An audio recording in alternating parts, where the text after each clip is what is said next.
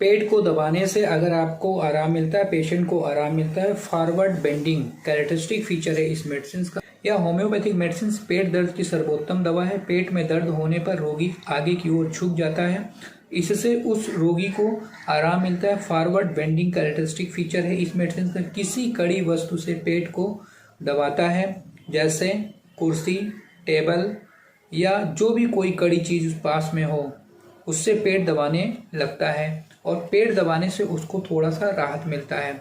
आंतों में रुकी हुई पेट की हवा फंसी है या फिर फ्लैटस इन एब्डोमेन, उसके पेट में गैस है, इससे दर्द होता है कभी कभी।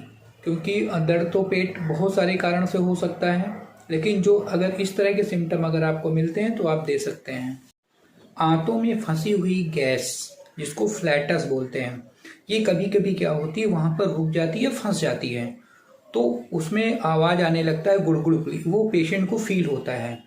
और कभी कभी होता क्या है कि कुछ और भी कारण हो सकते हैं जिसकी वजह से उसके पेट में गैस बन जाती है, वो निकल नहीं पाती है। इस मेडिसिन को लेने के बाद में उसकी जो गैस की प्रॉब्लम होती है वो सॉल्व हो जाती है और उसको आराम मिल जाता है। साथ ही साथ में उसका जो पेन होता है, जैसा कि फिगर में दिखाया गया है, नेबल के माध्यम से उठता है। मतलब नेबल जो ये बीच में होता है, जैसा कि पार्ट ऑफ एब्डोमेन होता है, ये फिगर में दिखाया गया है।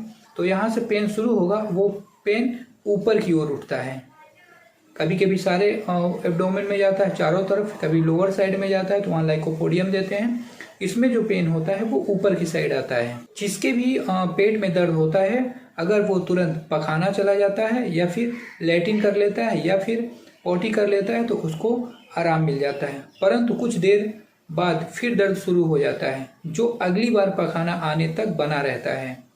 यह क्रम लगातार चलता रहता है। कहने का मतलब कि जो पेशेंट है उसको अगर लैट्रिन लगती है, उसके पेट में दर्द बहुत तेजी से होता है और जैसे ही वो पखाना चला जाता है उसके पेन में आराम मिल जाता है और ये क्रम लगातार चलता रहता है। ऐसा फील होता है कि पत्थरों के नीचे हाथों को मसला जा रहा है। मीन्स कहने का उसे पेशेंट को ऐसा फील होता है कि उसकी इंटेस्टाइन है, उसको किसी पत्थर से रगड़ा जा रहा है या फिर किसी भारी चीज़ों से दबाया जा रहा है, मानो आंतें फूट जाएंगी। रोगी सीधा नहीं खड़ा हो सकता है, हाथ में पेट को दबाकर खड़ा होता है, या पेन मुख्य तौर पर नेवल के पास होता है या न्यूरल्जिक होता है। इसके साथ ही रोगी को वोमिटिंग और डायरिया भी आ सकते हैं।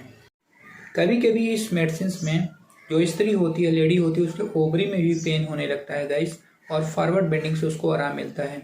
अगर कोई पेशेंट को डिसेंट्री हो रही है या हांव पड़ रहा है तो भी उसमें फॉरवर्ड बेंडिंग से आराम होती है, तो इस मेडिसिन को दिया जा सकता है।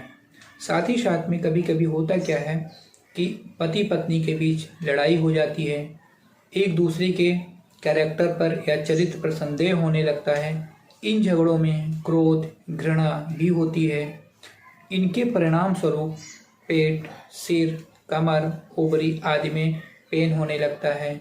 और सेम कंडीशन मेल में भी होता है और फीमेल्स में भी होता है। कभी कभी क्या होता है कि जो मालिक होता है उनके यहाँ नौकर रखे जाते हैं और नौकर क्या करता है कि कोई इम्पोर्टेंट चीज़ होती है उस मालिक की खराब कर देता है, तो जिसकी वजह से मालिक को बहुत ज़्यादा गुस्सा आता है। उस गुस्से की वजह से उसके आर्गन में या फिर बॉडी के किसी भी आर्गन में उसको प्रॉब्लम होती है या पेन शुरू हो जाता है, जिसकी वजह से वो बहुत ज़्यादा परेशान हो जाता है। अगर फॉरवर्ड बेंडिंग से उसके पेट में आराम मिल रहा है तो इस मेडिसिन को दिया जा सकता है। सियाटिका का पेन है लेफ्ट साइड का, तो उसमें भी इस मेडिसिन से बहुत राहत मिलती है।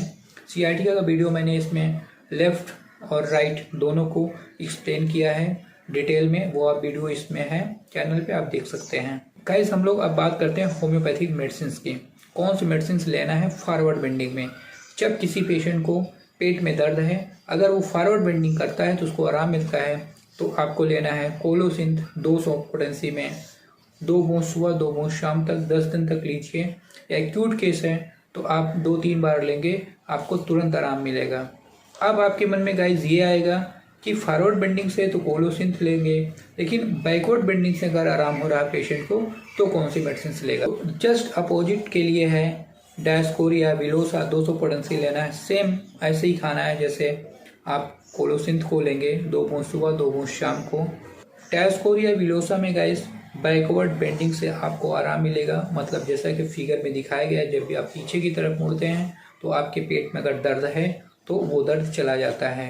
गाइस पेट ठीक करने के लिए आपको सबसे पहले ही कुछ छोटी छोटी बातों को ध्यान रखना होगा, जैसे कि आपका जो भोजन होता है, जो फूड होता है, वो बहुत ही नेचुरल होना चाहिए। कहने का मतलब कि उसमें बहुत सारी आर्टिफिशियल चीज़ें नहीं होनी चाहिए, जैसे कि आजकल लोग बहुत ज़्यादा फास्ट फूड खा रहे हैं, इसमें बहुत सारी चीज़ें ऑयल या बहुत सारी चीज़ें ऐसी होती हैं जो आपके पेट में धीरे धीरे प्रॉब्लम क्रिएट करता है और वो क्रोनिक बीमारी में कन्वर्ट हो जाता है।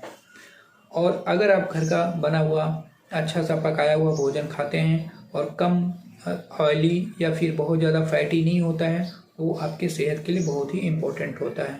और इस खाने से आपके बॉडी में बहुत ज़्यादा एनर्जी फील होती है और हमेशा माइंड फ्रेश रहता है और आपने जो भी काम करते हैं उसमें आपका मन लगता है। अगर आपका पेट नहीं सही है तो सारी बीमारियों का जड़ पेट है, क्योंकि अगर पेट से आप परेशान रहेंगे तो आप कुछ भी नहीं कर पाएंगे। पढ़ाई कर रहे हैं या कोई भी काम कर रहे हैं तो गाइस आप उसमें आपका मन नहीं लगेगा, तो अच्छा रिजल्ट नहीं आएगा। तो इसलिए खाने का बहुत अच्छे से ध्यान रखना चाहिए। गाइस खाने के साथ साथ आपको पानी पीने पर भी ध्यान होना चाहिए, क्योंकि बहुत सारे पेशेंट ऐसे होते हैं जिनको ये नहीं पता होता है कि कितना पानी पीना है और कब पीना है।